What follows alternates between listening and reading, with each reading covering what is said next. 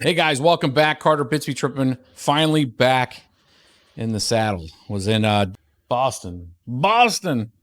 I was in Boston for the last 11 days, and I couldn't really bring much content to you guys. I was in a hotel. I didn't have a lot of resources with me, so I couldn't really talk too much about crypto. Did have a couple of videos with you guys. Hopefully you guys enjoyed that. We've had a lot of really good questions come in on our Discord poll. We're going to have a video for that for you guys coming up. Can't wait to share that with you guys and allow the YouTube audience to be a participant in that. And you guys will help us dictate on a few videos that you guys want to see. And predicated on that, we will absolutely make that video for you guys. But today, we're going to take a look at some older GPUs. I get a lot of questions, especially from folks that are not in the United States that have access to some older GPUs, stuff like R9, 200 series, 300 series R9s. And, you know, they're just like, hey, I can't find GPUs right now. There was a readily stock available of some of these other GPUs. We know that they use a little more power. What, you know, can you peel this back for us? Why, you know, if we have a better deal on power, can we use these GPUs to mine? What can we mine with these types of GPUs if we were going to use them?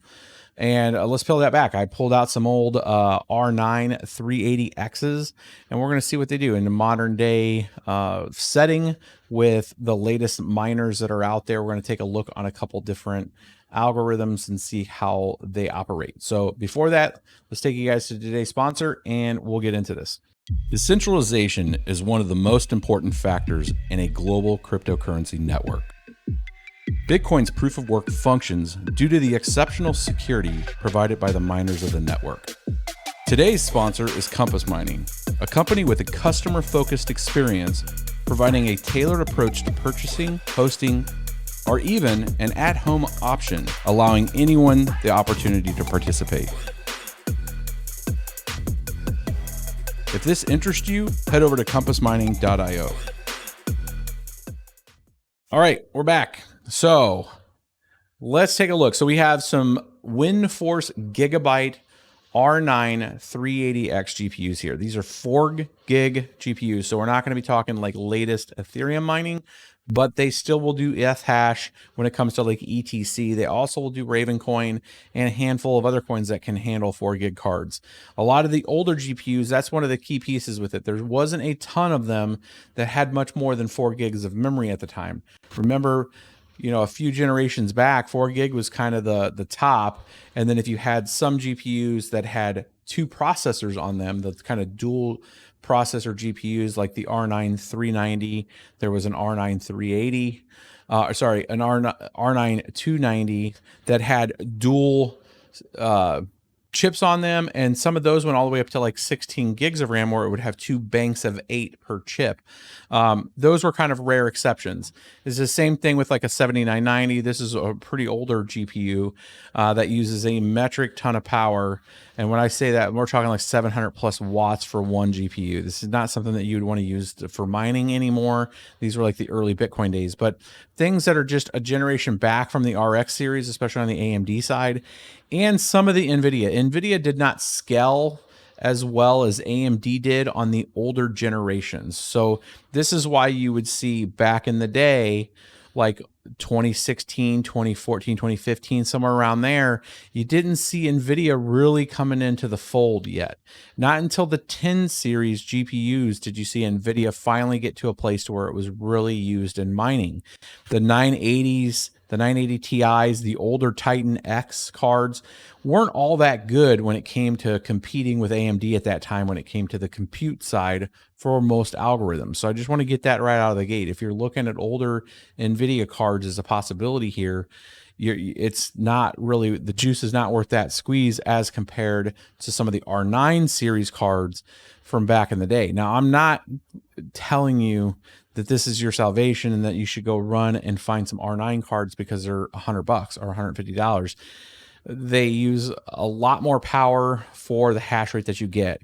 But this is a video to explain that desperate times calls for desperate measures for some folks. And if they only have access to these GPUs and they have an industry crazy good rate on power, like some countries do, where the government subsidizes some of the power, right now there is an advantage for those folks to be able to participate, like any of us, with some of those older GPUs, because that's the only stuff they can get. So that's what this today is we're gonna look at this R9s. I just wanted to give folks context when I'm talking older GPUs and kind of set those expectations. So the WindForce Gigabyte GPUs that we have here, we have 3 of those, and then we have 3 Sapphire Nitros, which I haven't got necessarily running yet. So these were older GPUs that were sitting on our bench. They may be bricked.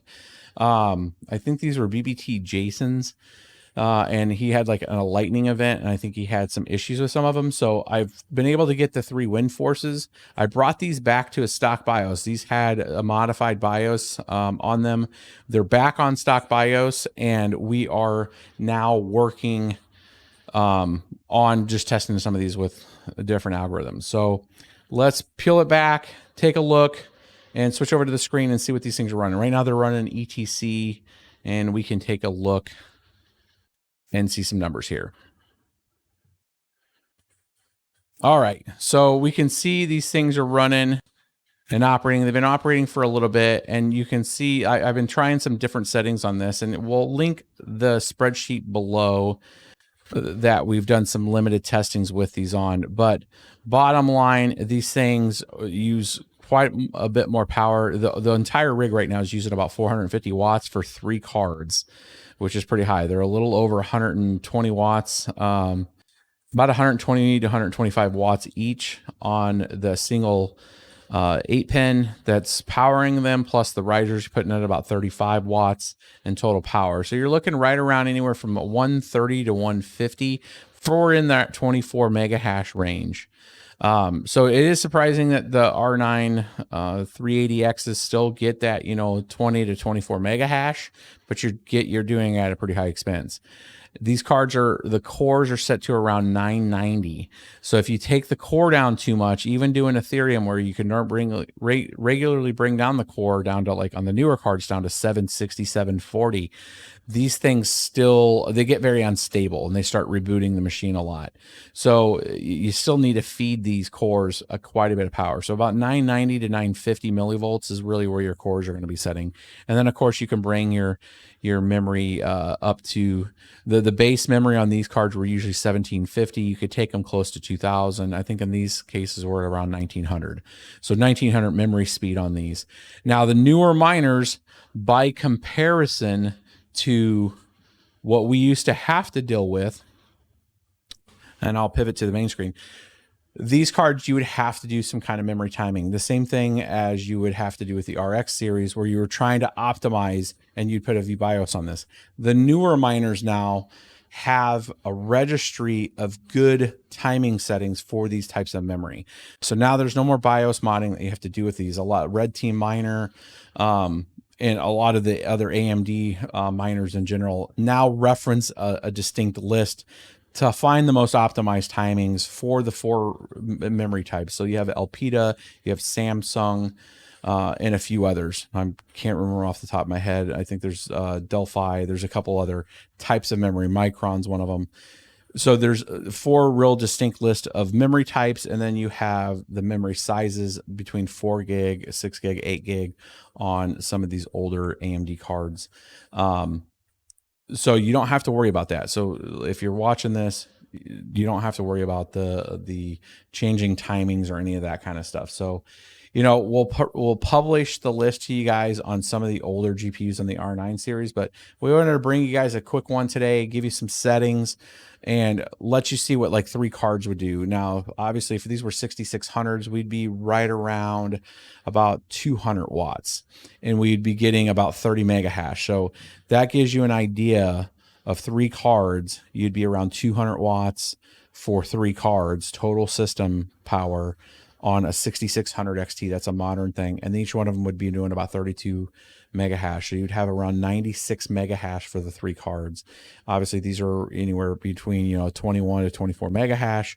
You're more around 75 mega hash. So you're looking at that difference between 75 to almost 100 for 440 watts versus 200 watts. So it's about 220 watts more for the older GPUs and for about 35% less hash rate. So that's some of the numbers for you guys. And this is just one distinct test with some 3080s or some 380s, not to be confused with the NVIDIA 3080s, some R9 380Xs that you might see out there. So hopefully you guys like this one. Just wanted to give you a quick one on legacy GPUs. I get this a lot question-wise, and I wanted to bring you guys some good content related to that.